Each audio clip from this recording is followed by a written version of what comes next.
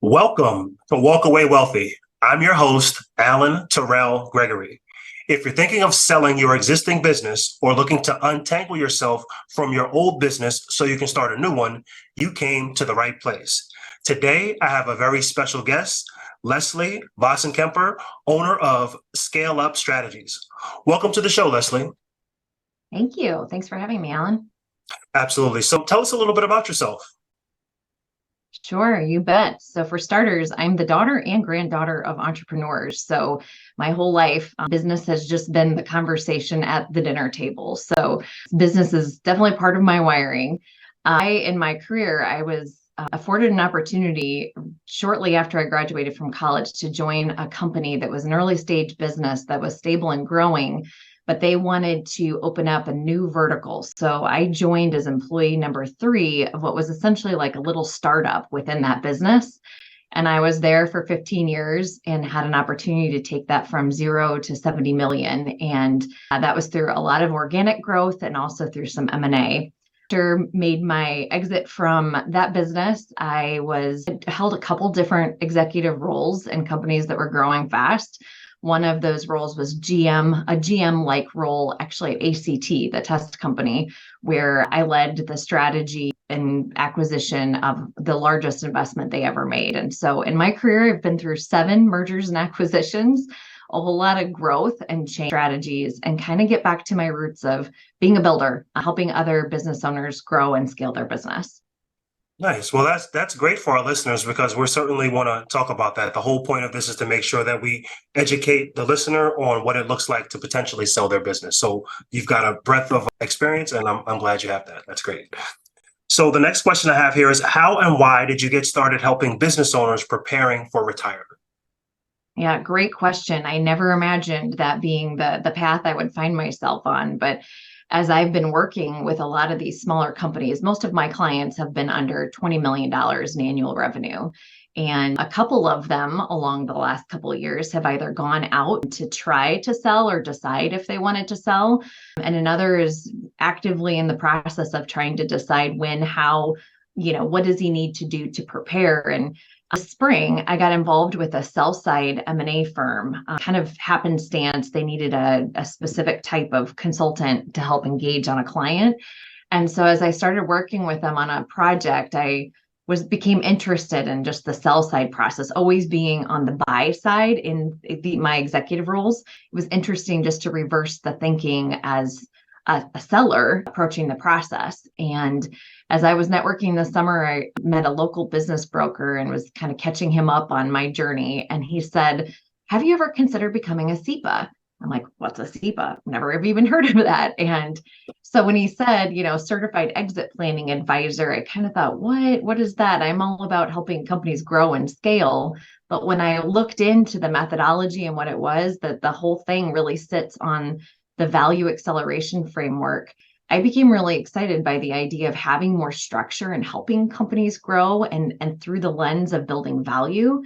But then additionally, that aspect of the personal side of the planning process. And, like that one client I mentioned, he ultimately didn't sell his business, even though I wonder now if he had different feelings about that, but he just emotionally wasn't ready. And so I have a greater understanding, not only because my family is definitely a lot of entrepreneurs in my family, but that notion that business is personal and being able to kind of look holistically at that with my clients is how I've happened into this. So I'm really enjoying it's a slight pivot from what I've been doing, but it's, I think, a more broad strategic view of how to help a business owner.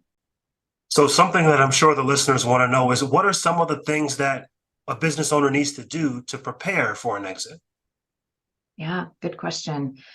Well, at EPI, the Exit Planning Institute, as part of earning your SEPA, you learn this concept of three-legged stool. Every business owner is balancing a three-legged stool.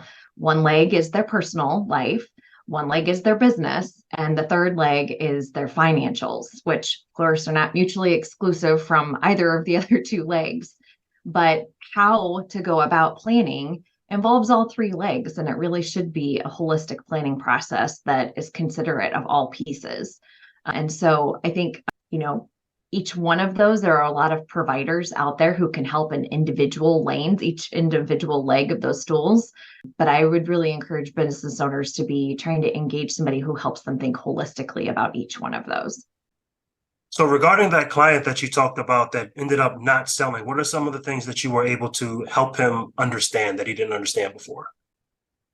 Yeah, so that client I worked with before earning my SEPA. And so if I knew what I knew now, then I would have been able to guide him and plan and prepare personally. But I think what happened there with him is the emotional side of the journey. He just wasn't prepared to think about, what would I even do once I don't own this business? What would I do next? He was in his late 40s, had a son in middle school, and it was like, what would I do? What is that sense of identity? And I think ultimately it was the cold feet that had him backing out of what otherwise would have been a life-changing transaction.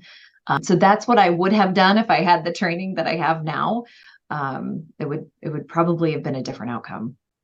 Yeah, and that's so interesting because at 60, 65, you're thinking about hanging out with your grandkids and maybe rocking in the rocking chair and going to the beach. But at 40s with a kid in middle school, there's still a lot of life left to live, especially in terms of business. So there's a lot to think about when it comes to planning an exit for someone that's say like 45 versus someone that's 65. Absolutely. Yes, it's really important. And, in this particular case, I think he had built a business where the market would have been at the peak to be able to liquidate that asset and get a return. And now that's changed. And so it can be different for different businesses, and age aside, market can influence the timing. Exactly. And one of the things that I think is important, regardless of your age, when you decide to exit, it's important for you to still stay in the game, especially if you built something from scratch and spent 5, 10, 15, 20, 40 years on it. You still want to stay in the game. So being, a SEPA maybe, or some sort of business advisor, or being on the board or something like that, somebody's board, something like that would be a really good way to kind of stay in the game and use the expertise that you've gained over your career and help other businesses grow. Absolutely agree. There's so much energy in an entrepreneur, whether they still have the energy for their business or not. They've got so much experience to be able to bring to the table and find new outlets of ways to leverage that knowledge and energy. Right. So I guess besides cold feet, what are some of the common challenges business owners face when thinking about retirement or exiting? Well, I think, I'd maybe add two things in addition to that emotional aspect. One is just the uncertainty of who to go to, where do I learn, how do I even begin? And I think coupled with the second one, which is the concern of confidentiality. Can I even go make inquiries without everybody thinking or jumping to conclusions that I'm selling? I'm selling my business and I don't want to rattle my customers. I don't want to rattle my employees. I don't want anybody to find out. So I think that ends up being even a bigger barrier to going and doing the research and trying to figure out who can help in a proactive manner. Yeah, so I'm sure some of the listeners will want to know, how would you handle that confidentiality? Yes. Well, I mean, it's that client privileged confidentiality. It is so important in so many different parts of the professional services world that you find an advisor, people that you can trust to work with. And ask the question if you're uncomfortable, right? Ask the question, what are your policies? What are your procedures? Where will this information go? That's an okay question to ask, and you should expect confidentiality.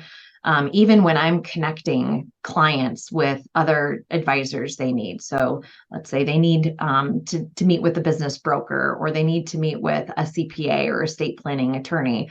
I will always first ask, or let me know when you want to make that connection. And before I do, and I'm not telling them anything about you, you get a chance to share what your story is, unless you want me to. So I'm always very careful to make sure that my clients understand what I'll share, what I won't share, and that they're guiding the process, they're leading.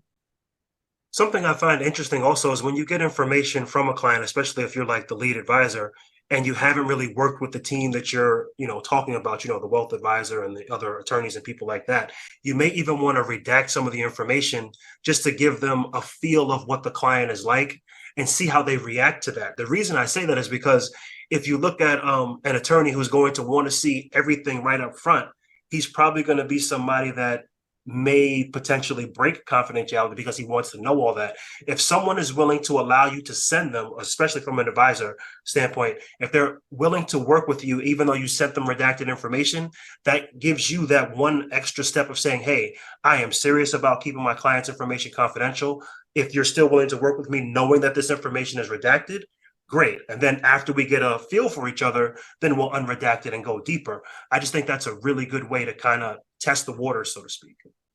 Yeah, that's a great idea. I agree. Absolutely.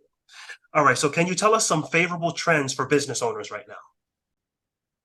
Yeah, you bet. I think, the market isn't as great as it was a couple of years ago, but I'm coming to the lens of this whole process as a value growth advisor. I'm the one that helps you prepare in advance, make sure your business will, harvest the most amount of value possible.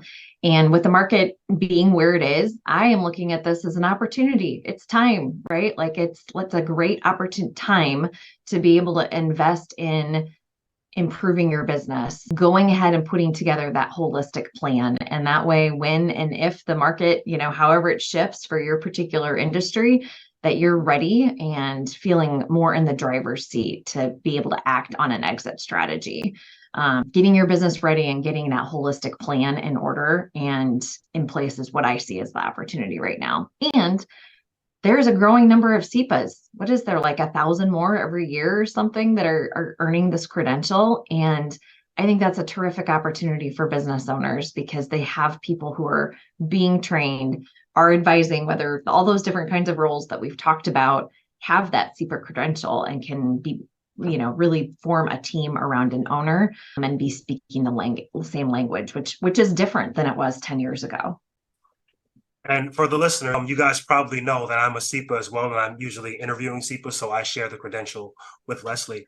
And something that I think is very important about what she said is it's not about really timing the market. It's going to be very difficult for you to time the market at the very best time for you to sell your business for the highest multiple. It's important that you work with a planner like us that will allow you to set your business up in a way so that when you are truly ready to sell your business, that you sell it for the maximum amount possible. Yes. All right. So what should owners be cognizant of that could surprise them? Well, I think that number one we've talked about is it's an emotional process. I think that's probably easy to believe that it won't be or that you're ready or you're not. But when it comes down, rubber meets the road, it is such an emotional process. So just plan for it and don't do it alone, right? It's okay to bring in others with you. I think the second thing is your business has been, whether highly successful, earned you a great income or not, the way in which an investor will look at your business is different. And that adds sometimes to the emotional aspect of it.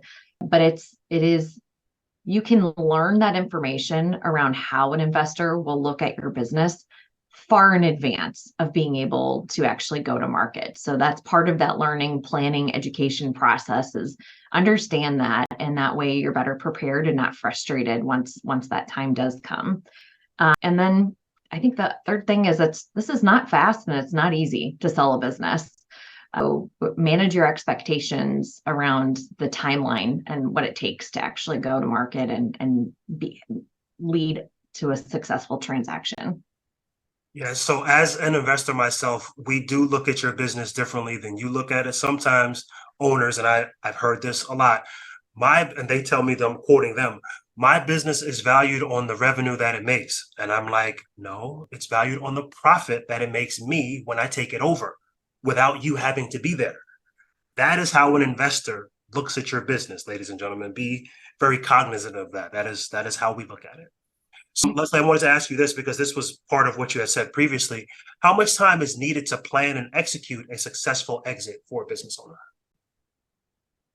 I think the operative word there is successful exit. And successful means the owner feels good about it at the end of the day. And what I've observed, you need 3 years, 2 minimum, but 3, because it does involves the financial planning, the personal planning, and the business planning. So if you want to be able to harvest the most amount of value, you need time to make those improvements to your business. You need time for the financial planning piece. And you need time emotionally to plan and prepare for what is going to be your third act. What are you going to do? And all of those things are happening while life continues, right? Your business to operate, you've got life to pursue. And so this is an additional layer of planning and initiatives, even within your business. So give time to the process. 3 years is what I like to use when I have an opportunity to have an audience who's thinking and considering for the future. My ideal is 10 years. Like, let's start thinking and planning 10 years out. If you know that you want to be in a chapter down the road where you can make a successful exit from your business, which means a sale to you, then understand what that means well in advance of even having to go down and do some of that more nitty-gritty planning. So I wonder if you've seen this, because I've seen this. So interestingly enough, someone will be thinking about selling their business for 3 years. And then when they finally have had enough, that's when they call up a business broker and say, I'm ready to sell my business. Ladies and gentlemen, that is not when you engage a business broker or an exit planner. The moment you start thinking about exiting your business, contact a SEPA immediately. What do you think about that, Lesley? 100% agree. Make the call. If it's even crossed your mind, just make the call, put it on your to-do list. It's so easy to put it off to tomorrow, but then tomorrow becomes years down the road and you're not any better position than you were because you put it off. Absolutely. So what's the difference between your services and that of a business broker? Good question. I think the best analogy I can use is a business broker is like a real estate agent, in that they are there and they are ready to list your business, and they will make money at the point that it is sold. That's oversimplifying it a little bit. Business brokers have other different kinds of services. Some do more different kinds of things than others, but the big revenue comes from the actual sale transaction of the business. I am not going to list a business. I am not going to be earning a success fee on the exit. What I am going to do is come in well in advance and help you understand, learn the process, navigate your discovery. I actually represent, SEPAs have been trained on 8 different exit strategies, and actually a ninth, which is a hybrid of one of those other 8. And a business broker represents a subset of those. And so I am the person as a value growth advisor and exit planner, I'm the person that you want to contact first so that you can get involved in the planning process, understand your options. And then if a business broker represents the right specialist for you to engage based on your strategy and plan and desires, then that will come at when you're actually ready to list your business. Got it. And just for confirmation, it's important that people start working with an exit planner before they work with the business broker. That's correct, right? Yes, absolutely. Let me make sure we confirm that. Okay, good. So 5 questions left here. We're going to go rapid fire. So what does working with you look like? I take a listen first approach with my clients. I really want to understand their story, get down to the values and goals they have, because that helps me then provide the best guidance and recommendations on which of those 9 different versions of strategies might be best, and also help them identify gaps in planning, financial planning, personal planning, business planning, all 3 of those things. So I have to listen and really ask and learn and understand first. But working with me, I think, is also flexible. I want to be the kind of provider that meets the owner where they are, meets their budget where they are, and is able to engage as much as they feel is valuable. But I can also go, elbow deep and really getting involved with a management team and executing initiatives within their business to improve value. So it can be a range of things. And that's how I approach each one of my discovery calls and getting to know a client and deciding what's the best fit. And that said, what characteristics do your best clients exhibit? Privately held businesses. I love the owners that have a real growth mindset, enjoy the learning process, and are, proactive. It's disappointing sometimes when you come in and you're in a very high pressure situation that is going to disappoint the outcome for the owner. So my favorite is the owner that's proactive and also has a growth mindset. So what's your best advice for someone looking to sell their business or transition to a new one? I think we said it. Make the call. If you have any idea that you know that you want to do this, make a call to a SEPA and begin the learning process today. Do not wait. What's one of your favorite quotes and why? I have a lot of favorite quotes. I don't know if this is a Midwest thing or what, but I'm going to choose hope is not a strategy for this. Hope is not a strategy. And, it's unfortunately the lack of strategy can really be a disappointment and a heartbreak to an owner in the end. So put together an actual strategy and you'll be in a much better place in the end. Okay, and last question here. How can people get in touch with you? You bet. My business Scale Up Strategies I've got a website, www.scale-upstrategies.com. You can also find me on LinkedIn, Lesley Vossenkemper, but would welcome an opportunity. If you do reach out, let me know that you heard on this podcast. I really appreciate the opportunity, Alan. Absolutely. So Lesley, thanks so much for coming on. I truly appreciate you.